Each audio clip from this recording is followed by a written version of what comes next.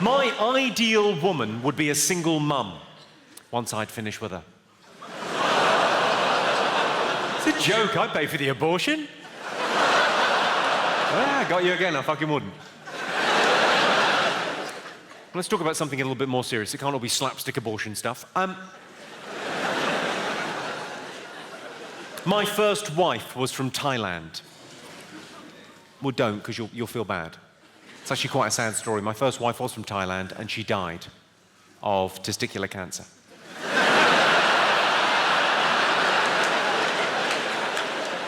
Probably the best way I could describe it is a twinkle cave was an outie.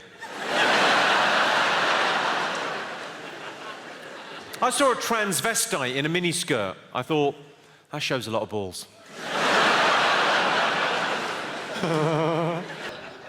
Right, well, I feel we've warmed up. Let's try some properly offensive jokes, see how we get along. 99% of women kiss with their eyes closed, which is why it's so difficult to identify a rapist.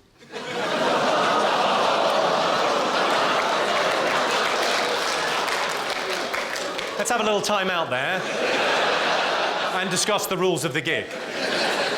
Feed line, punch line, I'll take care of that. And then you can either laugh, you can laugh and applaud, I'll be flattered and delighted, or you can go, ooh, in a disapproving stylee. What you can't do is laugh, applaud, then look round and go, ooh. Not having that. Let's give it a go. I saw a headline in the Evening Standard. It said, football rapist quiz. I thought, was that story or a competition?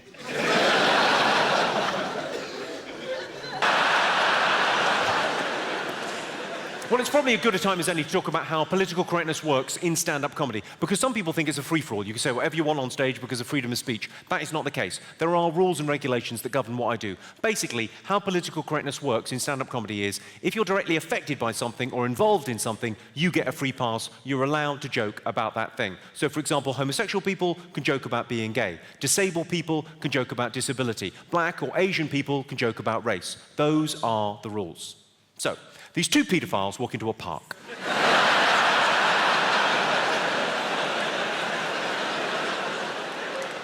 Child abuse, there's a touchy subject.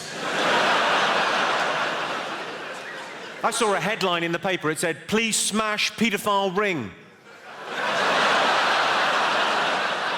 I thought, good, let's see how they fucking like it. Some people eat roadkill. Have you heard about this? They take stuff that's been mowed down on the streets, they scrape it up, they clean it, they cook it, they eat it. Fine, but what you've got to accept is some of these kids have got families.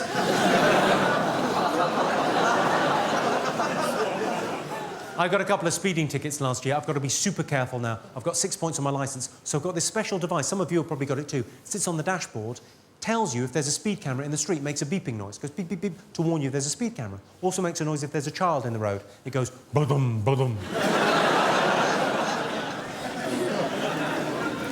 What? Last week I ran over a kid carrying a cymbal.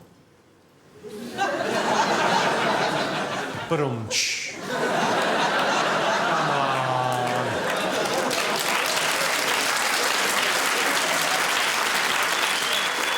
What's not to like it? It's a joke about killing a child in a music hall style. Have you ever had this? My girlfriend made me fire our cleaner because she said the cleaner was too good looking and she didn't want her in the house. How mental is that? She was a really good cleaner. She was especially good at getting spunk out of hair.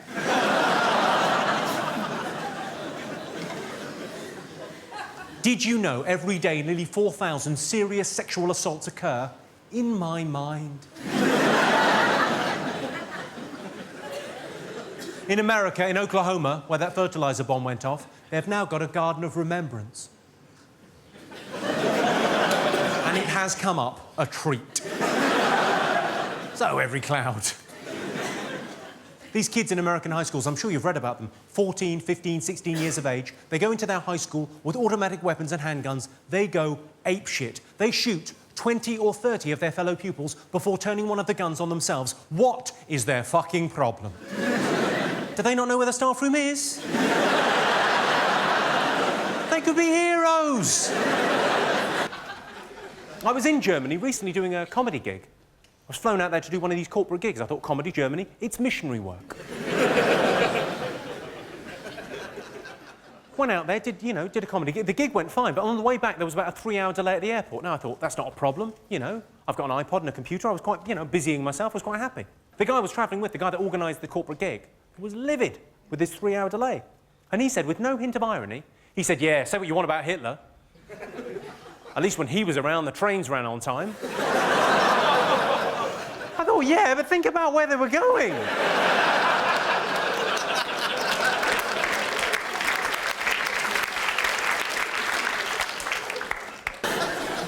Treat them mean, keep them keen. That's what they say, isn't it? Treat them mean, keep them keen. But I think you've gone too far if you're using a Stanley knife. Of course, a lot of women stay with their men even if their men hit them. A lot of women will stay with their husbands even if their husbands beat them. I tell you what they need. A slap.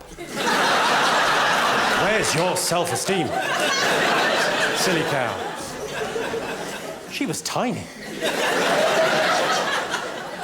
Of course, the thing people never say about domestic violence, and it strikes me as being just so very obvious, but people never say this about domestic violence, is just how fucking stupid it is. I mean, you're hitting your wife. It's your wife. You might as well key your own fucking car. Think about it.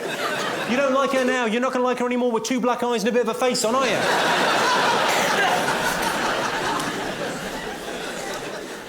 There are places in the country where that's just a joke. I did that joke in Preston. It was like marriage guidance. It got a round of applause. Well, I thought it was a round of applause. It was actually people hitting their wives.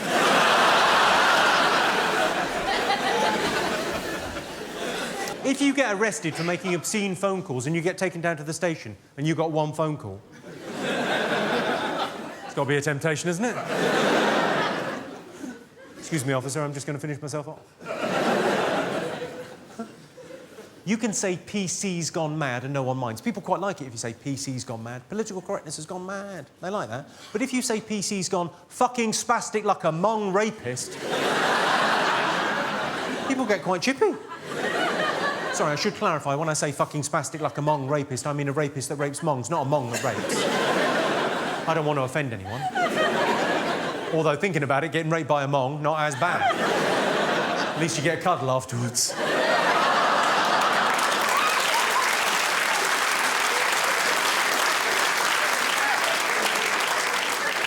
Although, good luck in the police lineup.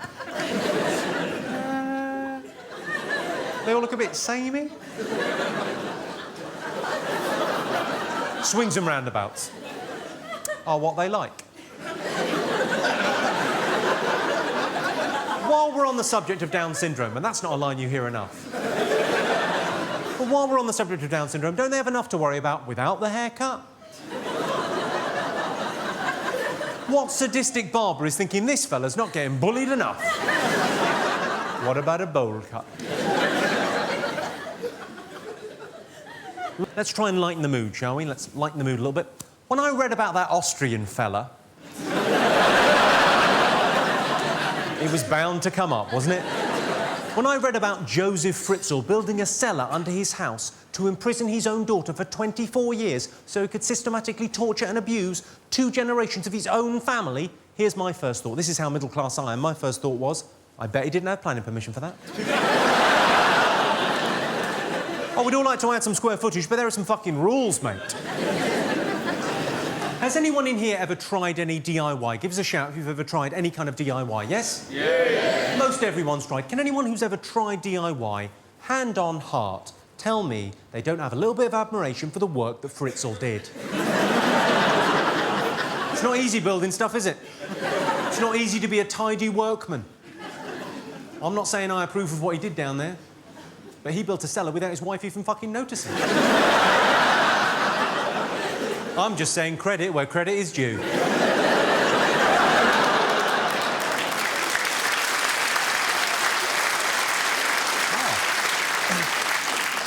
A round of applause for a Fritzl joke. You may be my kind of town. He was described in the Daily Express newspaper as the most evil man in Austrian history. Not even close. Hitler.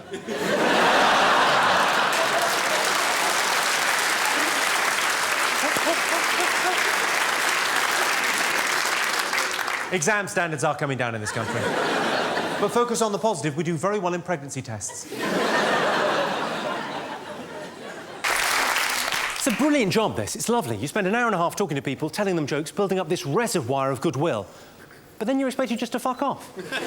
It's a bit weird. With your permission, I'd like to piss away some of that goodwill. Yeah! On an unpleasant joke. You know, sometimes I'll tell a joke that's a bit edgy, and I feel as an audience you go, oh, that's a little bit close to the... Go on then, you. What are you like? I'd like to tell one now that'll make you go... Oh. Would you like to hear it? Yes! Well, it's a joke about love. Can love conquer all? Or do the practicalities of life get in the way? Well, a great example of this is May to December relationships. Relationships where there's a bit of an age gap. Can love conquer that divide? Or does life get in the way, the practicalities? There's probably as many different opinions as there are people in this room.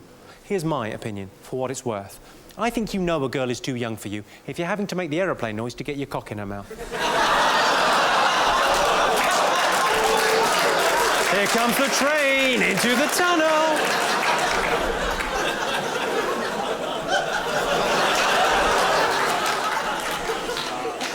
There's three things I liked about that joke. Firstly, I like the fact it's a bit edgy. I like edgy jokes. It's about as edgy as I'd want to be. Second thing I like about it, next time you're being intimate with your partners... I know you're sat there thinking, I think he's a bit too mature for that. He's thinking, ba-da-da-da, da-da-da-da. Third thing I like about that joke, probably later on tonight, maybe tomorrow or the next day, someone's going to say to you, oh, you were at a comedy show. Tell us a joke. I guarantee you that is all you're going to be able to think of. And you'll fuck it up. I was fucking a child in the face. You were what, you fucking maniac?